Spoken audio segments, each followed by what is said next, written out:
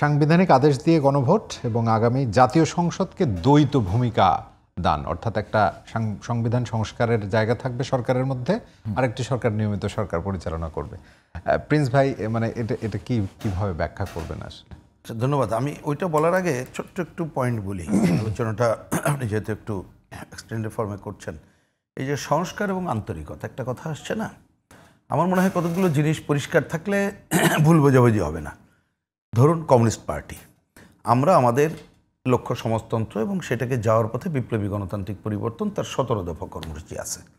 আমাদের বামরা সর্বশেষ আমরা যখন বসছিলাম তখন আমরা 30 দফা কর্মসূচি বলেছি। বিএনপি জানা সবাই 31 দফা অন্যদের আছে। তাহলে আমরা তো যেটা বলছি সেই কাজটাই করব, এর বাইরে আপনি আশা করে তো লাভ নাই।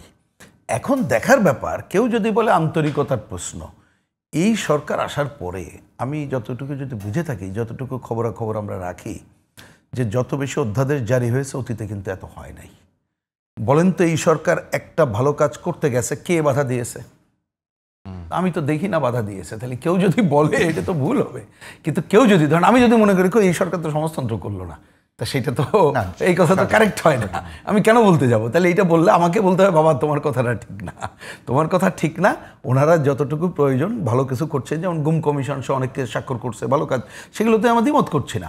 বরঞ্চ আমরা খুশি হতাম উনি যদি সাধারণ কে বলে শ্রমজীবী মানুষের ন্যূনতম মজুরি নির্ধারণ করে দিতে পারতেন। উনি ওর মধ্যে হাঁটলেনই না, বৈষম্য মুক্তির পথে হাঁটলেন না। যাই হোক, আমি সেই আলোচনায় গেলাম না। তাহলে প্রথমে আমি এইটুকু বললাম যে এইটা বিবেচনা করলে অভিযুক্ত করা কোনো দলকে সেটা ঠিক না, কারণ এটা তো কোনো দলীয় সরকার না, বা এখনও তো আমরা কেউ ক্ষমতায় যাইনি। আমরা কেউ নির্বাচিত হলে না করলে তখন আমরা যা যা বলার বলবো, সেই জায়গায় যাওয়া দরকার বলে মনে করি।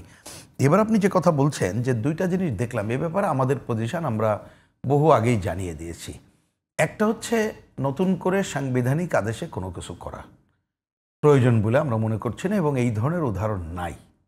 আমাদের আইনবিদদের সাথে কথা বলেছি, তাতে এই ধরনের কোনো উদাহরণ নাই। একটাই অনেক সময় বিশেষ করে আমাদের মুক্তিযুদ্ধের বিরোধী যে দলটি আছে তাদের পক্ষ থেকে কি এলএফও যে কথাটা তো বলে, তা সেইটা তো ওই যে পাকিস্তান আমলে কি ইয়াহিয়া খান তারা করেছিল, আইয়ুব বা ইয়াহিয়া খান করেছিল, তা সেইটাকে আমরা এখানে একেবারে অপ্রয়োজনীয় মনে করি, এবং এইটাই বাংলাদেশে অধিকাংশ মানুষ বলে নাই।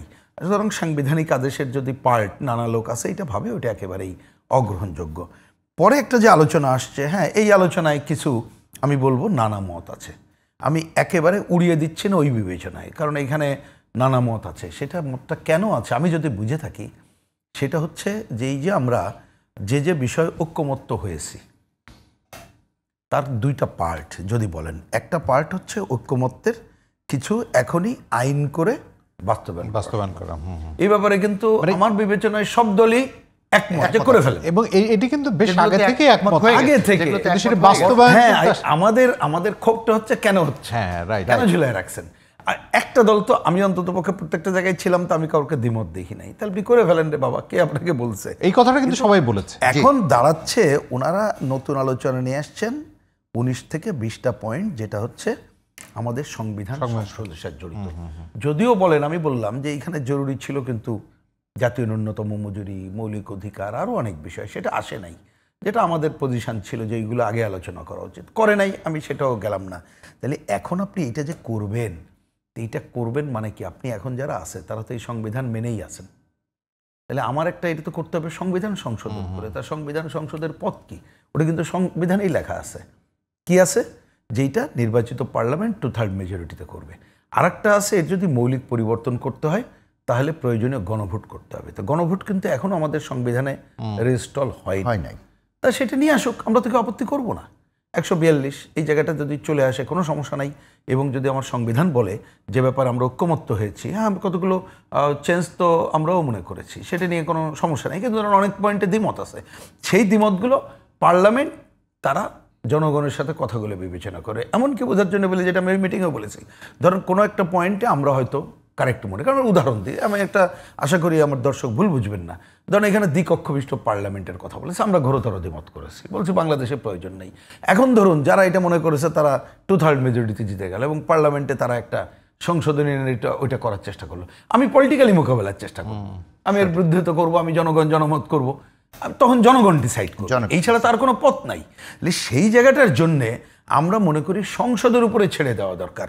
তার জন্যে এই যে দ্বৈত ক্ষমতা মানে কি কি করবে ওই ধরনের কোনো রূপরেখা আমাদের কাছে আসে নাই, যার জন্য এই আলোচনাটা। নির্বাচিত যে সংসদ, হ্যাঁ, সেটি কি আসলে সংবিধান সংস্কারের কাজ একইভাবে করতে ওই পারে? যে সংবিধানে তো বলা আছে, দেখেন 2/3 মেজরিটিতে করতে পারবে।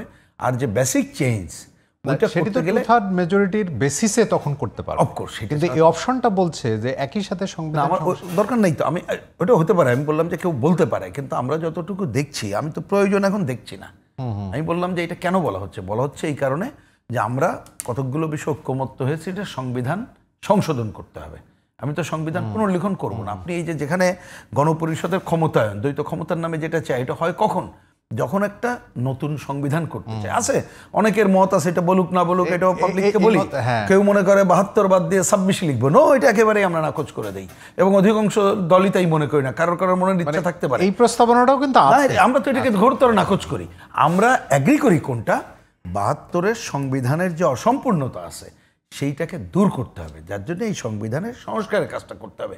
যেটা আমাদের বুঝ যেটা আছে সেইটা সম্ভব আগামীতে পার্লামেন্টে, যদি আমরা সব দল একমত হয়ে আসি, তাহলে পার্লামেন্টে, তাহলে এই পয়েন্টে তো আমরা ধরে নেন কোনো এক দল মেজরিটি হলো না, কিন্তু অধিকাংশ দল মিলেই তো 2/3 হবে। তাহলে তো তার জন্য নতুন কিছু করা দরকার বলে আমি অন্ততপক্ষে মনে করছি না।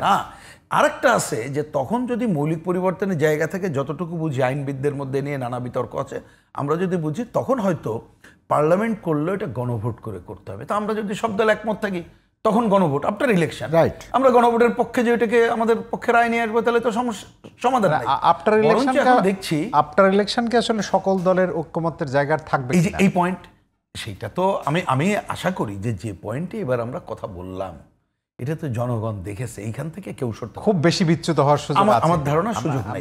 আমি শেষ কথাটা বলি, দেখেন তাহলে গণভোটের একটা আলোচনা, আমি জানি না পরে আর হবে কিনা, এই যে এখন যে প্রথম গণভোটের কথা বলা হচ্ছে, আমি তো দেখি এটা অপ্রয়োজনীয়। কেন? আপনি এখন যদি গণভোট বলেন, উকিল সাহেবরা বলছেন, মানে যারা এই ব্যাপারে জানে, বলে যে এর কোনো আইনগত ভিত্তি নাই।